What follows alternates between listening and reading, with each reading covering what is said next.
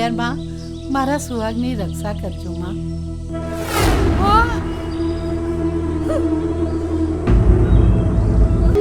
આખી રાત ખેતરમાં બેસીને દારૂ પીતો હતો. માણસે પોતાની જાણકારી માટે એકવાર નશો કરવો જ જોઈએ. આ તો નશો નહીં ડિયર લાઈફ નો કેપ છે. અરે કેપ કર્યા પછી તું સેફ છે, સેફ છે, સેફ છે. લ્યો આ કાગળો. આ શું છે? મારી 4 વીઘા જમીન છે ને એના કાગળો છે ભાઈ. બોલ ડાર્લિંગ, શું ખબર છે? કાલથી કોલેજ ચાલુ થાય અને મેં મારું કામ ચાલુ કરી દીધું છે. યા ગુડ. મેં ઝાડ બિછાવી રાખી. માછલી ખાવા આવશે કે તરત જ ફસાઈ જશે?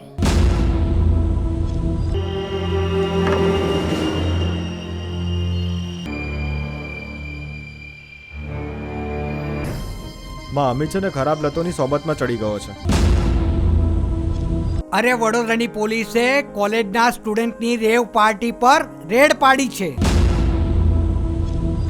આજે હું આપને એક એવા સ્થળની માહિતી આપીશ જેનાથી વડોદરાના નશાખોરો તો વાકેફ છે, પરંતુ વડોદરાની પોલીસ સદંતર અજાણ છે.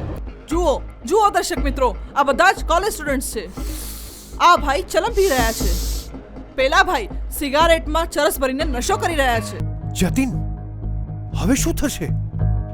બરબાદી તારી મારી બંનેની. બહુ નશો ચડ્યો હતો ને તને?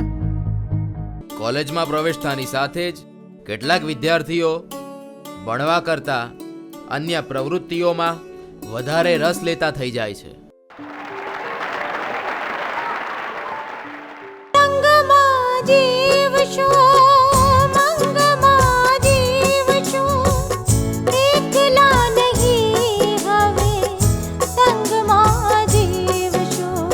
ભગવાને તને માફ કર્યો, પણ જ્યારે જ્યારે તને મન હળું કરવાનું થાય ત્યારે ભોળાનાથના દર્શને આવી જજે.